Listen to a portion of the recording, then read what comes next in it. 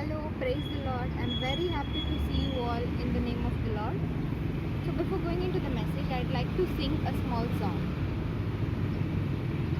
உம்மை போல இந்த உலகிலே வேறொருவரும் இல்லையே. உம்மை போல இந்த உலகிலே வேறொருவரும் இல்லையே. அம்மாவும் நீரே, என் அப்பாவும் நீரே, என் ஆத்மநேசர் நீரல்லோ. அம்மாவும் நீரே, என் அப்பாவும் என் இதய துடிப்பும் நீரல்லோ. உம்மை போல இந்த உலகிலே வேறொருவரும் இல்லையே. அன்பை தேடி நான் அலைந்து திரிந்தேன், மனித உறவுகளால் நொறுக்கப்பட்டேன். அன்பை தேடி நான் அலைந்து திரிந்தேன், மனித உறவுகளால் நொறுக்கப்பட்டேன். வேதனையில் நான் வாடுகையில் உம் அன்பினால் என்னை உயிர்ப்பித்தீர். வேதனையில் நான் வாடுகையில் உம் அன்பினால் என்னை உயிர்ப்பித்தீர். உம்மை போல இந்த உலகிலே வேறொருவரும் இல்லையே. Hallelujah. So now let's go into the message. So today, in today's message, I'm going to talk about God's blessing. Means what stops us from receiving God's blessing. Means we may wonder why there is no growth in my life. Why am I not getting success in anything which I do? Why there is no blessing in my life? We all wonder, and we also blame others for those faults. We keep on blaming others, but we don't realize that we ourselves are the stumbling blocks for God to bless us. So that is what I'm going to talk about today. The loopholes to God's blessings. So loopholes, when we say stumbling blocks, what prevents God's blessing in our lives? First thing is sin. You know, sin is the biggest stumbling block in our life. Sin takes us away from God. Sin moves us far away from God. So when we move far away from God, how do you think we will succeed? How will we get success? Even if we succeed, will that success last without God? We have to think. Everything which is done against the Holy Spirit is sin. Means some people means committing sin secretly and they pretend to be so religious, so faithful. That is also an abomination to the Lord. The Lord does not accept that. Maybe your sin is known only to you and the Lord. So what you have to do, you have to confess your sins.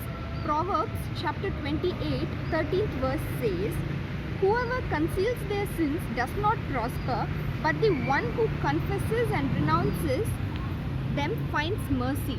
So confess your sins. Confess your sins to the Holy Spirit. So definitely He will forgive you. Second thing is the heart of unforgiveness. It happens in our life. We are not ready to forgive others. But we ourselves, when we seek for forgiveness, we expect others to forgive us. But we don't. We take hours, months and years to forgive someone. So in Matthew 6, 14th and 15th verse says, "For if you forgive your neighbor, your Father in heaven will forgive you. But if you do not forgive, the Heavenly Father will not forgive you."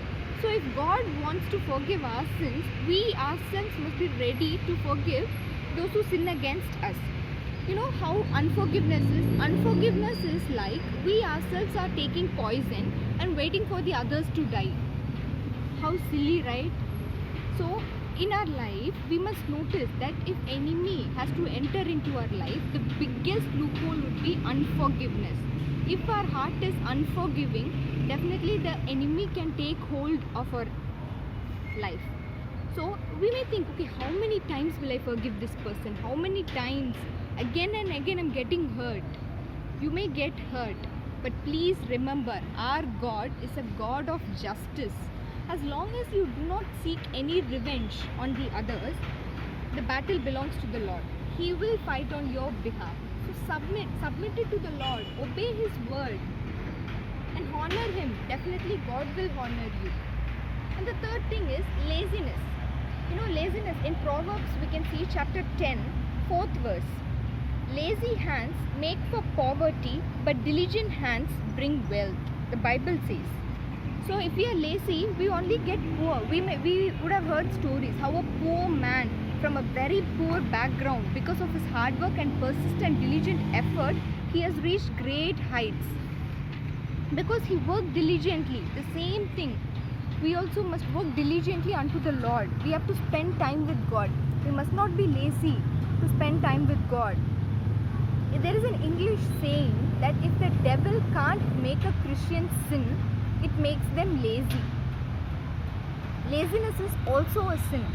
So do you want to do something productive for God's kingdom? Do you want to glorify God through your own life? Then you should not be lazy. You must be always energetic. King Solomon says in Ecclesiastes 9th chapter 10th verse, work with all might. With all our might we have to work unto the Lord. We have to be eager to live with passion for God's kingdom and glory. The fourth thing is pride. Pride is the one God cannot tolerate.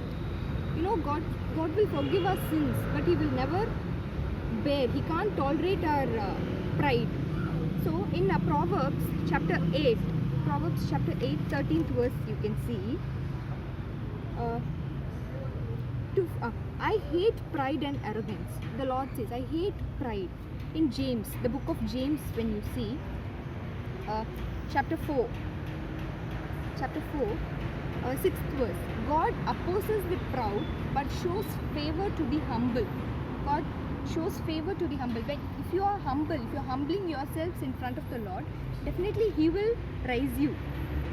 You have to believe that. You confess it. You may be so proud. You may always talk high about yourself. But confess it. I'm sorry, Lord. I'm nothing before you. And get rid of that. Leave the sense of pride in our hearts, in your hearts. And have the sense of humbleness always. Next thing is grumbling with ungratefulness. We have seen so many people, how well they are blessed. They would have good job, good wealth, good family, good husband, good wife, good children. So many blessings will be. But they always keep on grumbling. Oh, why this is not happening in my life. They put aside what all good God has done and they just cling to one small thing that does not happen in their life. They are always in a frustrated state. They harass and they also treat other people with contempt. God does not like that. Be thankful. Israelites could not reach the promised land because they were grumbling. They did not believe the God fully. They forgot what God has did. They always complained. That's why they died.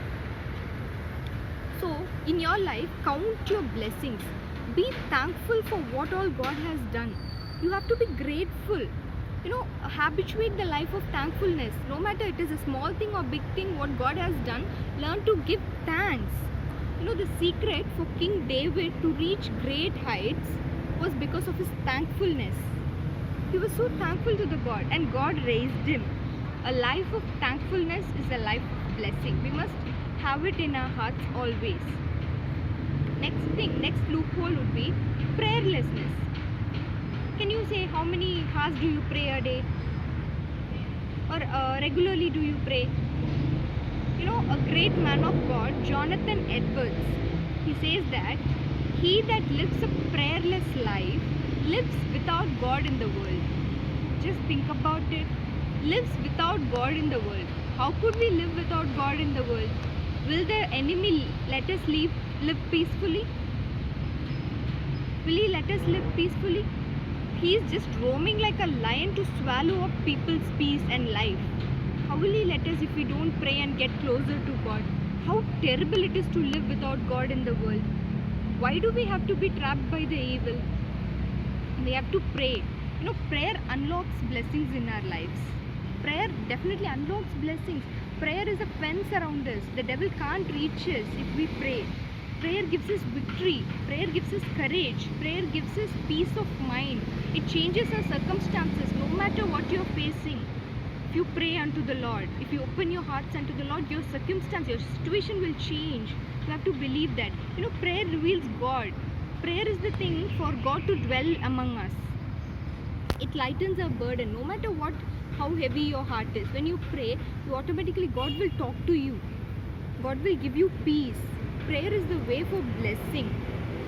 These are all loopholes. There are also so many loopholes. What are hatred, jealousy, arrogance, unfaithfulness, doubt, not giving tithes to the Lord. Like there's so many loopholes are there which prevents God's blessing in our lives. Without God's blessing, how can we survive? You have to think about it. Leave everything, no matter, if you are doing all these, just leave it. Confess it to the Lord. Our Lord is a God of compassion. Surrender yourself, confess your sins and get rid of everything. Honor the Lord. He will definitely take you to unreachable heights. You have to believe it. So please do not let the enemy take over your life. Do not let the devil enter your life. Just examine yourself if you have all these. Am I letting any loophole for the devil to enter my life? Just think it. Carve it in your heart. Oh Lord, nothing should stop your blessing to me. Just confess everything. Surrender yourself. Submit yourself to the Lord and pray. Definitely God will answer our prayers and He will take us to unreachable heights. Amen. So let us all bow down and pray unto the Lord. Gracious Heavenly Father, thank you so much, Lord, for talking to us through this message today. Thank you for this devotion time, Lord. Please bless everyone, Lord. Bless all of us, Lord, who were in the meeting. Thank you so much for this time, Lord. Thank you so much for everything that you have done in our lives, Lord. Lord, please bless us, Lord. Let not the enemy take over us, Lord. Let there be no more loopholes in our lives, Lord. Please, Lord, wash away our sins, Lord. Give us a heart of forgiveness, Lord. Let us not be lazy, Lord. Give us an active spirit, Lord. Please make us humble, Lord. Take away the pride in our hearts, Lord. Let us not grumble with ungratefulness, but give thanks to you every moment of your life, Lord. Let us pray unto you, Lord. Pray regularly, Lord. Let us surrender everything under your mighty feet, Lord. Please, Lord, take care of it. Let there be no more loopholes in our lives, Lord. Take away all the stumbling blocks, Lord. Take away all stumbling blocks from all our lives, Lord. Thank you for speaking with us through this message, Lord. I pray, Lord, that you continue to dwell among us, Lord. You continue to bless us more and more, Lord. To you we give all praise. To you we give all honor. To you we give all glory, Lord. In the name of the Heavenly Father, the Son, and the Holy Spirit.